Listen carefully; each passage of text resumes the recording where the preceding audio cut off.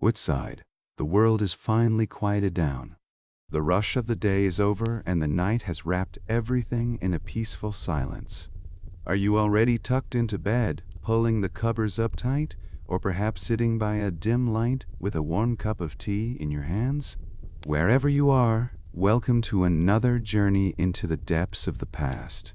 Before we slowly drift into tonight's history, I would love to know, where in the world are you listening from right now, and how are you relaxing as you tune in? Let me know in the comments below. Now, take a deep, slow breath. Leave the worries of today behind. Close your eyes, and let's travel back in time together. Historical review on the daily maintenance routine, technological evolution, and living conditions of a remote lighthouse in the late 19th century. The 19th century stands as one of the turning points when global trade reached an unprecedented scale, driven by the reflections of the Industrial Revolution in the maritime field. In this era, where sailing ships were gradually replaced by steamships, intercontinental routes were shortened, and ports transformed into massive trade hubs, ensuring the safety of maritime traffic became one of the most fundamental logistical priorities for states. The sole guides of this immense global trade network in dark waters were the lighthouses built on steep cliffs, stormy capes, and desolate islands. However, behind these architectural and optical marvels lay the superhuman labor of lightkeepers, who ensured that the machinery operated flawlessly under nature's most ruthless conditions. Operating a remote lighthouse, rock station, was not a romantic isolation. Rather, it was a heavy industrial process involving the use of dangerous chemicals, the risk of deadly neurological diseases, chronic insomnia, and military-level discipline. This comprehensive report deeply analyzes the daily maintenance routines of keepers serving in remote lighthouses in the late 19th century, the optical and mechanical technologies they utilized, the environmental and chemical hazards they faced, and the administrative structures of the era. In light of all available historical data, the research reveals that lighthouse keeping was not merely physical labor, but a multi-dimensional field of expertise requiring knowledge in meteorology, chemistry, mechanics, and crisis management. Administrative structuring and the professionalization process. Throughout the 19th century, the administration of lighthouses shifted away from local initiatives or political patronage and fell into the hands of centralized, bureaucratic, and strictly regulated state institutions. The routines of the keepers were determined directly by detailed manuals prepared by these institutions. Institutional development in the UK, USA, and the Ottoman Empire in England. Trinity House, whose roots were established in 1514 by Henry VIII to serve mariners, was one of the oldest and most referenced institutions in the world regarding lighthouse administration. The strict disciplinary rules in British lighthouses served as a constitution that regulated every second of the keepers' lives. In the United States, the situation was more complex until the middle of the century. For a large part of the 19th century, lighthouse keepers were appointed through political patronage. Customs officials distributed these positions to their political supporters as rewards. However, by the 1850s, the increasing complexity of optical technologies, especially Fresnel lenses, led untrained personnel to damage these delicate devices, making reform inevitable. The U.S. Lighthouse Board, USLHB, mandated that keepers must be between the ages of 18 and 50, literate, capable of keeping financial records, and able to perform mechanical repairs. By 1896, keepers were fully integrated into the federal civil service, freeing them from the political appointment system and transforming them into a merit-based profession. In the Ottoman Empire, the establishment of a modern lighthouse network was directly triggered by the logistical requirements of the Crimean War, 1853-1856. Increasing shipwrecks due to insufficient lighting spurred the Ottoman administration into action, granting a concession to two French entrepreneurs named Marius Michel and Bernard Collis. With an agreement signed in 1860, the General Directorate of Lighthouses, Fenelaire Colla, Darai Umumiesi was established, transferring the rights to build, maintain, and collect taxes for lighthouses to this company. This was the first major concession granted by the Ottoman state to French industry and turned into a highly profitable monopoly. While the agreement initially covered 96 lighthouses, by the end of the century, the number reached 148, equipping the Mediterranean, Aegean, and Black Sea basins with French optical systems, despite there being no massive surge in maritime traffic. Watch systems and the principle of continuous surveillance. The most fundamental principle of lighthouse regulations was that the light must never go out, weaken, or lose its character throughout the night. Trinity House regulations strictly commanded the maintenance of a perpetual watch during the night. To prevent the keeper from falling asleep, it was strictly forbidden to place a bed, sofa, or any piece of furniture that could be lain upon in the lantern room or the watch room on the floor below.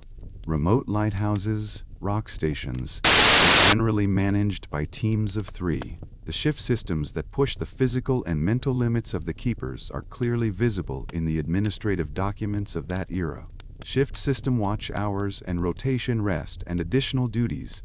4 hours system, Ireland, Slagen head, etc. 06, 10-2N, 10-2-14, 14-1, 14-1, 14-0-18, 1818, 22 Varn, D206, 00, 0206, 00, 0 hours off. Cycle. The 8-hour rest period required sleeping, lens cleaning, and maintaining meteorological records. 3-day system. UK, Slock, Smalls Lighthouse, etc. Day 1, 40, 12 on 12, and 20 does and 20, on 00, 20, 00, 04, on 00, 23, off duty. Although day 3 was not an official watch, the keeper had to carry 30 gallons of oil to the top of the lighthouse, wash the floor, and perform maintenance. These teams, serving on isolated islands, generally maintained their watch cycles uninterrupted for 28 days, followed by a 28-day home leave on the shore. Before their shift ended, the keeper handing over the watch had to trim the lamps and leave everything burning flawlessly. The person taking the morning sunrise watch would extinguish the light the moment they saw the sun and immediately begin preparations for the evening. Daytime maintenance, routine, optical and mechanical precision. Although a lighthouse keeper's shift seemed to end the moment the light was extinguished, the most intense physical labor actually began at sunrise. The dioptric lens systems, invented by Augustin Fresnel in 1822, consisted of hundreds of delicate glass prisms, soot produced by the oil lamps burning throughout the night. Carbon particles and environmental salty moisture could accumulate on these prisms, preventing the light from focusing miles away. The cleaning chemistry of lenses and reflectors keepers had to be well versed in the chemical properties of the materials on hand. Using the wrong cleaner could scratch the glass or corrode the brass fittings. The main materials used in the cleaning processes and their functions were as follows: cleaning material, area of use and chemical effect, historical application method, spirits of wine, vinegar, denatured alcohol, dissolving stubborn oil and soot stains on glass prisms, applied to the glass using a linen cloth, then dried with camaway, troning calcium, carbonate, polishing brass and bronze fittings, washing the exterior lantern glass, mixed with water to a cream consistency, applied to the glass and buffed off once dry. Rouge, iron oxide, polishing silver-plated parabolic reflectors and delicate clockwork mechanisms, mixed with sweet oil, applied to the oxidized surface, sprinkled with dry powder and rubbed in circular motions with chamois brine, strong saltwater solution, melting heavy ice and frost on the exterior glass during winter months, poured on the outer surface of the frozen glass to chemically melt they be it. Modern restoration experts note that the whiting and rouge routine applied by 19th century keepers was actually a sacrificial process that wore down the metal, because the constantly polished brass surfaces lost a microscopic amount of material every day in order to prevent corrosion. This harsh friction, applied by keepers to present a brilliant lighthouse to inspectors, caused historical objects to thin over time. Cleaning the mirrors required immense patience and continuous circular hand motions from the center outwards. The cost of even the slightest scratch was deducted directly from the keeper's salary. Furthermore, a special recipe was used to clean and whitewash the walls surrounding the lantern. A bushel of salt dissolved in warm water, 3 pounds of ground rice thrown into boiling water to make a fine paste, half a pound of Spanish whiting, calcium carbonate, and a pound of clear glue were mixed together and left to steep for days. Protection from sun rays and linen curtains. The most vital precaution to take as soon as the morning cleaning was complete was hanging heavy linen curtains around the massive lens or on the inside of the lantern glass. US LHB regulations governed this issue very strictly. The curtains served 3 fundamental engineering purposes. First and foremost was reducing the risk of fire to 0. Because the giant Fresnel lenses acted as massive magnifying glasses, the midday sun passing directly through the lens and focusing backwards could ignite the central oil lamp, or the wicks. Second was the protection of a special putty called Lighthouses, which held the glass prisms together in the Wick spring. This putty tended to dry out and crumble when exposed to high heat and ultraviolet (UV) rays for long periods. Third was preventing the glass from yellowing and losing its optical clarity over time. Solarization, a result of the chemical composition of 19th century glass technology. Fuel technologies, combustion mechanisms, and their dangers. The heart of a lighthouse was its light, and the source of the light was the fuel used. While whale oil, especially sperm whale, was used in the early 19th century, rising costs led to a transition to lard oil in the mid-century and to mineral oils, namely kerosene and its derivatives, starting from the 1870s. Fuel logistics and flashpoint for kerosene, coal oil, to be used in lighthouses, it had to undergo a special refining process to minimize the risk of fire. Because normal commercial kerosene was easily flammable, lighthouse administrations ordered specially distilled, highly stable oils with a flash point of 150 degrees Fahrenheit and above. Brought by supply ships every 6 months, these fuels were pumped from barrels into storage tanks at the very bottom of the towers. Transporting the fuel to the lamp at the top of the lighthouse was one of the keeper's most exhausting tasks. For instance, in a facility like Small's Lighthouse, keepers had to carry about 30 gallons, approximately 113 liters of oil every 3 days, filling 5-gallon heavy jerry cans and hauling them up 120 narrow spiral steps. This process required severe physical effort and carried life-threatening risks such as slipping and falling on the lighthouse stairs. Wick management, argand and dodie burners. Once the fuel reached the lantern room, it was burned in cisterns. The most common was the circular argand burner, which allowed air to pass both inside and outside the flame for complete bright combustion, and later its improved version, the dodie burner. The flawless operation of these high-tech systems depended entirely on the proper trimming of the wicks. The combustion process, lasting all night, caused the tips of the wicks to char and harden. A charred wick could not draw oil evenly. The shape of the flame would distort, and a layer of black soot would cover the lantern room. To prevent this catastrophe, keepers had to use special scissors to cut the carbonized tips of the wicks with millimeter precision every 3 hours during their night shifts. The stipulation that special care must be taken to cut the tops of the wicks exactly even was the most strictly enforced rule in all manuals. Performing this microsurgery level trimming process every 3 hours on an isolated island under the roar of a severe winter storm while battling insomnia was the most invisible yet most critical hardship of the profession. Revolutionary engineering, the Mercury Bath while fixed lights showed mariners the location of land, distinguishing different nearby lighthouses. Characterization was impossible. For this reason, flashing, the light beams created by the lens revolving around itself were perceived by mariners as periodic flashes. For example, The Fresnel lighthouse in Ireland flashed every 5 seconds, while the Maizenhead lighthouse had a character of 2 seconds on, 2 seconds off.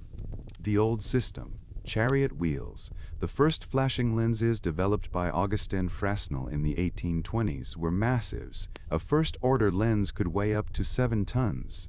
This colossal mass was rotated on chariot wheels made of bronze, or later hardened steel, or on giant ball bearings.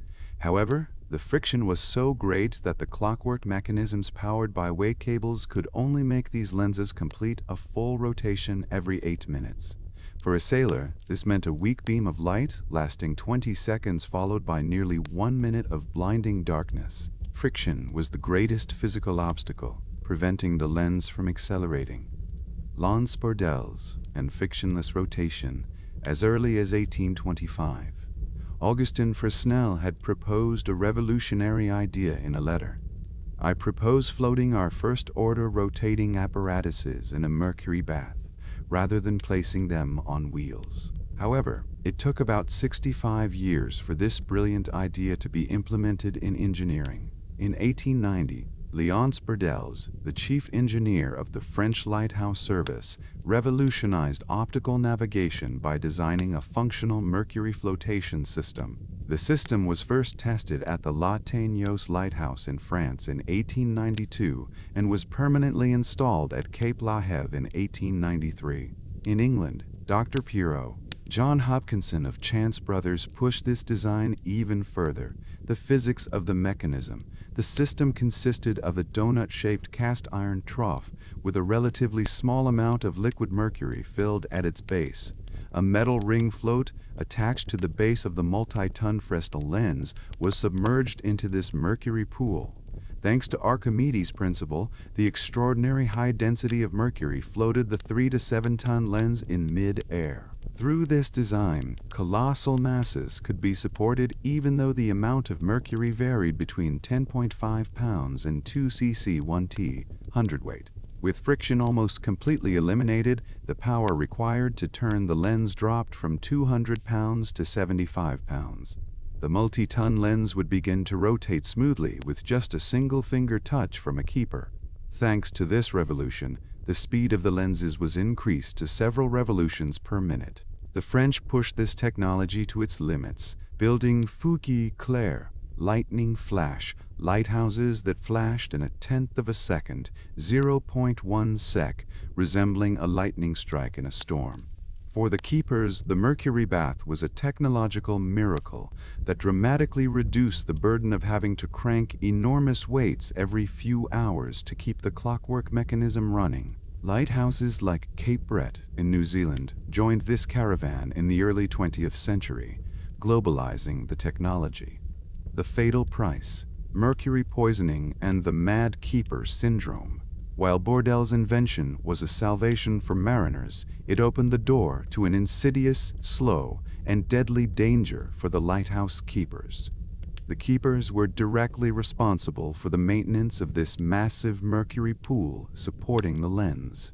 A first-order lighthouse could contain up to 500 pounds, and sometimes up to 1.5 tons or 7 gallons of liquid mercury.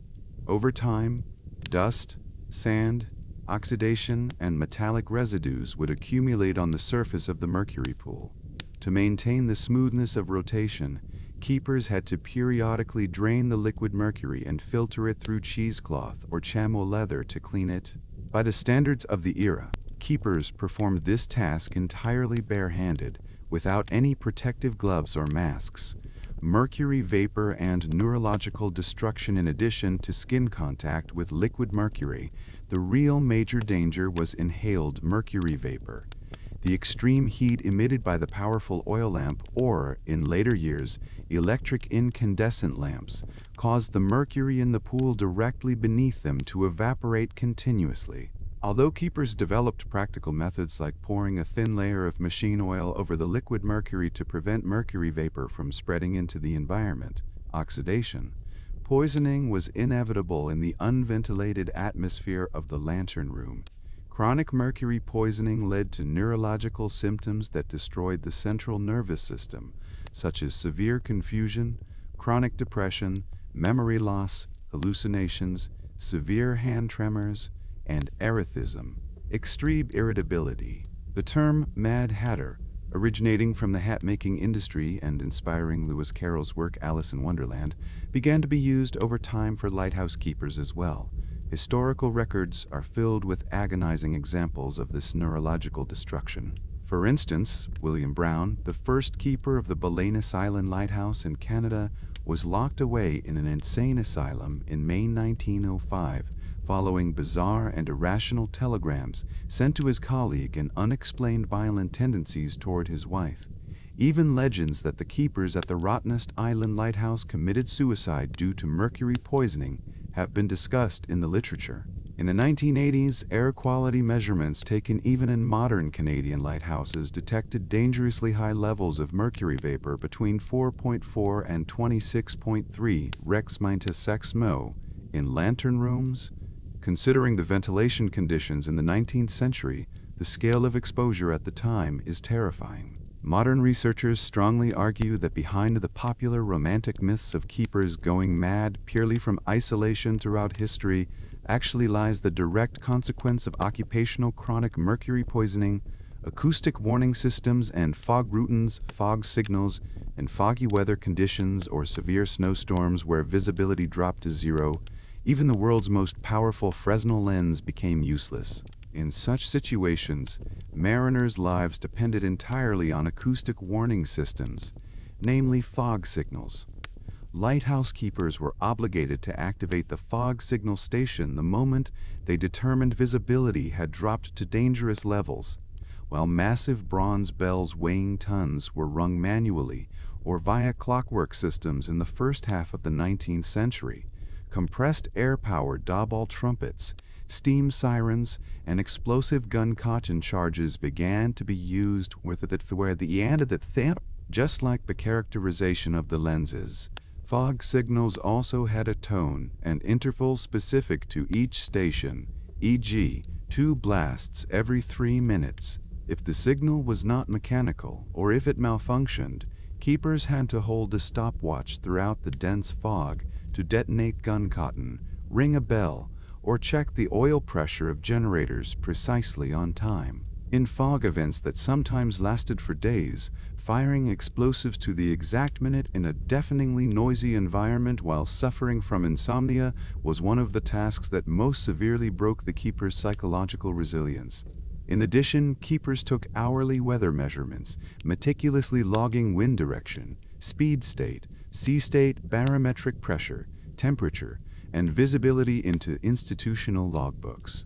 In the periods when radio technology slowly developed, later standardized on VHF channel 16 and 2182 kHz, radio watch would also be added to their routines. In emergencies, when a ship ran aground, assisting rescue teams was considered the keeper's most sublime duty as an unwritten law, even if it wasn't in their official job description. Psychology of isolation, daily life, and the family factor by their very nature, lighthouses were built in the most dangerous and desolate geographies, battered by storms and giant waves. In the 19th century, devoid of telephones, radios, or fast motorboats, communication, especially in remote lighthouses, rock stations, was only provided by supply ships arriving weeks or months later. Self-sufficiency and ways of passing time, hobbies. Keepers started their duties by receiving complete self-sufficiency training from their institutions. One of the first things they learned was how to bake their own bread, as provisions arrived every 2 months. Drinking and utility water was met by rainwater collected from the roof of the lighthouse or special collection areas and trapped in giant cisterns. To diversify their protein needs or earn extra income, keepers invented kite fishing, with kites possessing 10-20-foot long tails that extended from the upper gallery of the lighthouse into the ocean. The caught fish were salted and stored or sold in markets. In some land-connected or large island lighthouses, small vegetable gardens were established and chickens were raised. Toilet needs were usually met using a bucket at the top of the lighthouse, and the buckets were emptied into the stormy sea. Beyond physical survival, killing time was a great necessity for preserving mental health. To utilize long off-shift hours and supplement their meager wages, keepers turned to various crafts, building ships and bottles, carving furniture, painting, writing poetry, and engaging in philosophical readings were among the most popular coping mechanisms for this isolated life. Family life and female lighthouse keepers, ladies of the lights. While the typical image of a lighthouse keeper is a lonely, old, and grumpy male sailor smoking a pipe in his yellow raincoat, historical reality is much more complex and rich. Most lighthouses had adjacent or separate dwellings built so keepers could live with their families. Spouses and children played unofficial but vital roles in operating the lighthouse, especially during stormy nights or in moments of crisis when the principal keeper was injured. The 19th century witnessed legendary female figures who also officially and successfully carried out this heavy industrial and vital duty. Women who inherited the position when their husbands or fathers passed away or became incapacitated maintained this duty flawlessly throughout their lives. One of the most famous of these is Ida Lewis, who served at the Lime Rock Lighthouse in Rhode Island and became a national heroine by saving dozens of people from the freezing waters throughout her career. Similarly, Abbie Burgess, who kept the lighthouse lamp burning single-handedly for weeks during massive storms off the coast of Maine, is inscribed in maritime history in gold letters as the legend of the Ladies of the Lights. Challenging the heavy gender norms of the era, female keepers both maintained complex mechanical equipment and showed unparalleled resistance against relentless natural phenomena. Institutional control and financial responsibility for states. Building a lighthouse was an investment requiring massive budgets. For this reason, institutions maintained financial oversight over the keepers with an iron fist. The principal lightkeeper was obligated to account for every drop of oil, every linen cloth, and cleaning material in the lighthouse. Wasting, misusing, or stealing materials were grounds for immediate dismissal. In the event of any glass breaking or reflectors being scratched due to carelessness, institutions like Trinity House deducted the cost of the damage directly from the salary of the keeper on that shift. Constructing any additional building or making alterations to the lighthouse was strictly forbidden. Administrative orders were so sharp that even if keepers did not pay attention to their personal hygiene, it could be considered a reason for dismissal from service or being denied promotion. Accepting visitors was also bound by rules. Politeness was commanded so as not to damage the reputation of the lighthouse, but no civilian was allowed to go up to the lantern room. Religious obligations were not forgotten either. In lighthouses where attending church was impossible due to distance, it was stipulated that the principal keeper gather all personnel on Sundays to conduct religious worship. Conclusion. In the late 19th century, the daily maintenance routine of a remote lighthouse was a heavy industrial process where optical engineering, strict military discipline, primitive chemistry, and superhuman endurance intersected.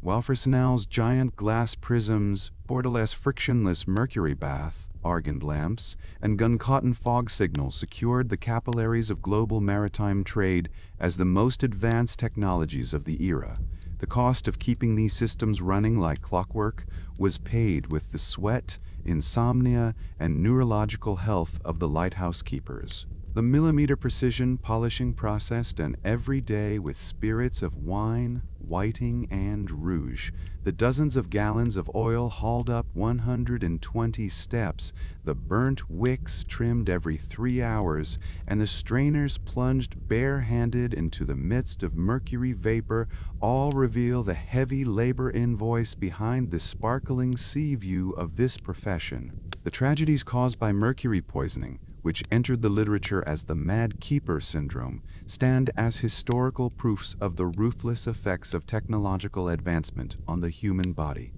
The transition of bureaucratic institutions, Trinity House, USLHB, General Directorate of Lighthouses, from political appointments to a merit system, transformed lighthouse keeping into an area of expertise. As demonstrated by female heroes like Ida Lewis and Abbie Burgess, lighthouse keeping required an extraordinary will, discipline, and sense of responsibility rather than gender or physical strength. Historical analyses prove that in that era, before automation and modern sensors existed, the fate of thousands of ships, tens of thousands of sailors, and millions of tons of commercial cargo was entrusted to the unparalleled attention and unshakable sense of duty of an ordinary person alone on a stormy night, cutting a burning wick with scissors in hand.